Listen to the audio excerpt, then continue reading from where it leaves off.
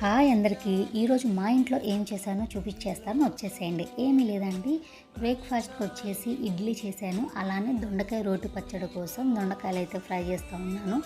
తోటకూర కూడా శుభ్రంగా వాష్ చేసుకొని ఫ్రై చేసి అయితే ఉంచుకున్నాను. నేను కేవలం కుకింగ్ మాత్రమే నేను చేస్తాను, మిగతా పనులన్నీ మా అత్త చేసేది. ఇల్లు చిమ్మడమైనా అంట్లు తవ్వడమైనా నాకు చాలా ఇంట్రెస్ట్గా, ఎంతమందికైనా వండాలంటే ఇష్టంగా చేస్తాను.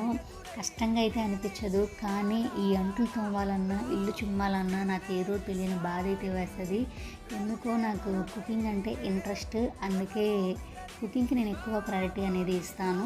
అలానే మా ఇంట్లో ఎక్కువగా దొండకాయ రోటి పచ్చడిని మేము ఇష్టపడతాము. ఎందుకంటే మిక్సీలో వేసేంత టేస్ట్ ఉండదు, ఏదైనా రోటి పచ్చడిలో చేసుకొని తింటే అమృతంలా ఉంటుంది. మీరు కూడా ఎప్పుడైనా పచ్చడి చేసుకోవాలనిపించినప్పుడు రోటి పచ్చడి చేసుకొని తినండి. అసలు ఆ టేస్ట్ అనేది మనకి ఎప్పటికీ రాదు.